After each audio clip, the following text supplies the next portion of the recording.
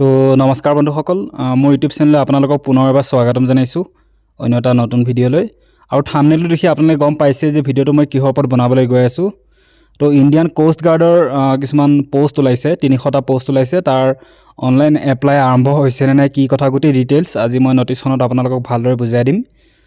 তাৰ আগতে যদি মোৰ চেনেলটোত আপোনালোকে নতুনকৈ আহিছে তেন্তে এবাৰ ছাবস্ক্ৰাইব কৰিবলৈ নাপাহৰিব তো আহক আমি নটিছখন ভালদৰে পঢ়োঁ আপুনি চিধা assamkriya.com যাব বা মই ডাইৰেক্ট লিংকটো ডেছক্ৰিপশ্যনত দি দিম তাৰ পৰা আপুনি গোটেই নটিছখন ভালদৰে পঢ়িব পাৰিব ঠিক আছে তো আৰম্ভ কৰোঁ Indian coast guard Navik recruitment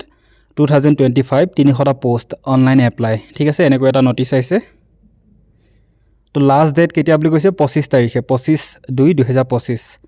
অৰ্থাৎ 25 ফেব্ৰুৱাৰী 2025 তাৰিখে লাষ্ট অনলাইন এপ্লাই বুলি কৈছে ঠিক আছে তাৰ আগতে আপোনালোকে অনলাইন এপ্লাইটো কৰিব লাগিব ঠিক আছে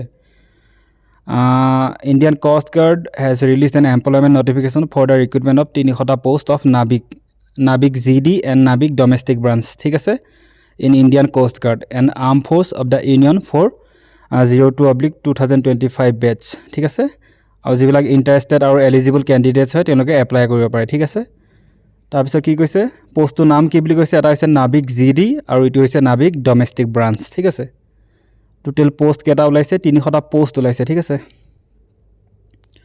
তাৰপিছত জোন ওয়াইজ ভেকেন্সিবিলাক দিয়া হৈছে নৰ্থৰ যিবিলাক ষ্টেট আছে সেইবিলাকৰ বাবে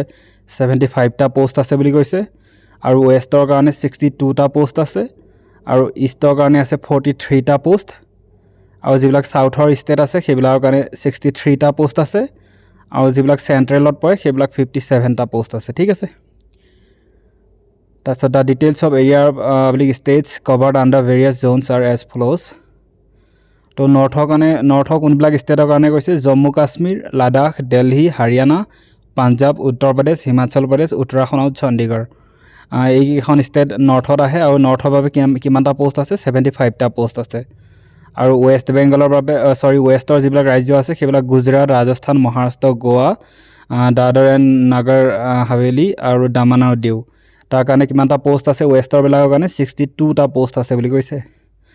আৰু আমাৰ অসমখন কিহত পৰে ইষ্টত পৰে গতিকে ৱেষ্ট বেংগল আসাম ত্ৰিপুৰা মেঘালয় মণিপুৰ নাগালেণ্ড অৰুণাচল প্ৰদেশ মিজোৰাম ছিকিম আৰু উৰিষ্যা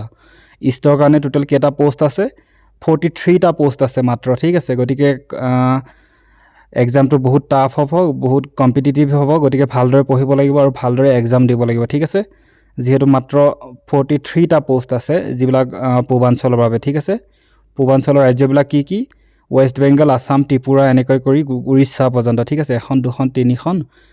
5 6 7 8 9 10খন ৰাজ্যৰ মাজত কম্পিটিশ্যন চলিব ঠিক আছে ইষ্টৰ মাত্ৰ 43টা পোষ্ট আছে গতিকে এক্সামটো বহুত কম্পিটিটিভ হ'ব আৰু আপোনালোকে ভালদৰে পঢ়িব লাগিব ঠিক আছে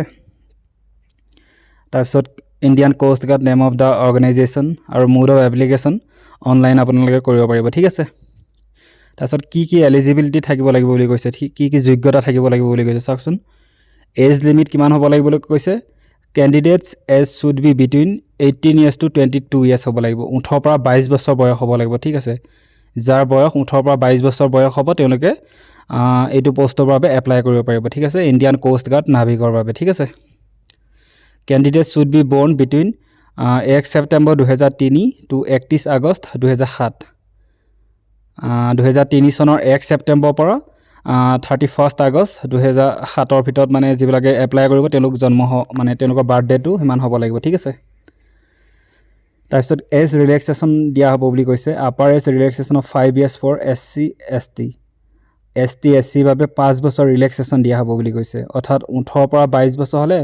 এজন ST কেণ্ডিডেট 22 + 7 27 বছৰ হ'লেও তেওঁ এপ্লাই কৰিব পাৰিব ঠিক আছে আৰু 3 years for OBC non creamy আৰু OBC বাবে 3 বছৰ এজ ৰিলেক্সেশ্যন দিয়া হ'ব অৰ্থাৎ OBC এজন কেণ্ডিডেট 22 + 3 25 বছৰ হ'লেও তেওঁ এপ্লাই কৰিব পাৰিব ঠিক আছে তাৰপিছত এডুকেশ্যনেল কোৱালিফিকেশ্যন কি লাগিব বুলি কৈছে নাভিক যিটো GD পোষ্ট তাৰ বাবে candidates must have class 12 passed with maths and physics from an education board recognised by council of board of school education আৰু যিবিলাক নাভিক GD বাবে যিবিলাকে এপ্লাই কৰিব তেওঁলোকে মিনিমাম 12 পাছ হ'ব লাগিব আৰু মেথছ আৰু ফিজিক্স সাবজেক্টটো তেওঁলোকৰ থাকিব লাগিব মিনিমাম 12 পাছ হ'ব লাগিব ইয়াত পাৰ্চেন্টেজটো কথা একো কোৱা নাই খালি মিনিমাম মেথছ আৰু ফিজিক্স তেওঁলোকৰ থাকিব লাগিব, অৰ্থাৎ ছায়েন্সৰ হ'ব লাগিব, ঠিক আছে। আৰু নাভিক যিটো ডমেষ্টিক ব্ৰাঞ্চ বুলি কৈছে,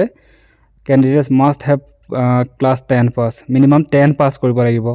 যিকোনো এখন বৰ্ডৰ পৰা চৰকাৰী, ঠিক আছে। গতিকে নাভিক জিডিৰ বাবে 12 পাছ হ'ব লাগিব, আৰু যিটো নাভিক ডমেষ্টিক ব্ৰাঞ্চ সেইটো পষ্টৰ বাবে মিনিমাম 10 পাছ হ'ব লাগিব। আৰু নাভিক জিডিৰ বাবে 12 পাছ কিহৰ পৰা, ছায়েন্সৰ পৰা হ'ব লাগিব, মেথছ আৰু ফিজিক্স থাকিব লাগিব, ঠিক আছে। আৰু এক্সামিনেশ্যন ফিজ কিমান বুলি কৈছে, OBC আৰু ইউৰ বাবে 300 টকা, ST SC পৰা 1 টকাও নলয় বুলি কৈছে। আৰু মোড অফ পে'মেণ্ট কি বুলি কৈছে, কেনেকৈ আপোনালোকে নিজৰ পে'মেণ্টটো পে' কৰিব পাৰিব, নেট বেংকিং বা UPI, ডেবিট কাৰ্ড, ৰুপে কাৰ্ড, মাষ্টাৰ বা মাষ্টাৰ যিকোনো কাৰ্ডৰ দ্বাৰা আপোনালোকে পে'মেণ্টটো কৰিব পাৰিব, ঠিক আছে। আৰু কেনেকৈ এপ্লাই কৰিব লাগিব, যিটো অফিচিয়েল ৱেবছাইট আছে সেইটো মই দি দিম ডেছক্ৰিপশ্যনত, তাৰ পৰা আপোনালোকে অনলাইন এপ্লাই কৰিব পাৰিব। কিন্তু অনলাইন এপ্লাই এতিয়ালৈকে আৰম্ভ হোৱা নাই। Starting date of online application এইটোত লিখা আছে, মই এবাৰ হাইলাইট কৰি দিছোঁ আপোনালোকক চাওক। Starting date of online application submission 11 February 2025, অৰ্থাৎ আজি হৈছে 7 ফেব্ৰুৱাৰী আৰু 5 দিনৰ পিছত আৰম্ভ হ'ব। মই লগত ভিডিঅ' বনাই দিম কেনেকৈ এপ্লাই কৰিব লাগে। গতিকে 11 ফেব্ৰুৱাৰীৰ পৰা ষ্টাৰ্টিং আৰম্ভ হ'ব আৰু লাষ্ট ডেট কেতিয়া, 25 ফেব্ৰুৱাৰী। তো মাজত মাত্ৰ 2 সপ্তাহমান আপোনালোকে সময় পাব, তাৰ ভিতৰত আপোনালোকে এপ্লিকেশ্যনখন ছাবমিট কৰিব লাগিব, ঠিক আছে। 11 তাৰিখৰ পৰা আৰম্ভ হ'ব, আজি হৈছে 7 তাৰিখ আৰু 5 দিন আছে মাজত, ঠিক আছে। তো ইম্পৰ্টেণ্ট ৱেব লিংকছবিলাক ইয়াত দিয়া হৈছে, অফিচিয়েল ৱেবছাইটটো আপুনি চাব পাৰে, ক্লিক হিয়াৰ যিটো অপশ্যন দেখিছে ক্লিক কৰি, মই দি দিম ডেছক্ৰিপশ্যনত, তাৰ পৰা আপোনালোকে ধুনীয়াকৈ ডাইৰেক্ট চাব পাৰিব ন'টিছখন, ঠিক আছে।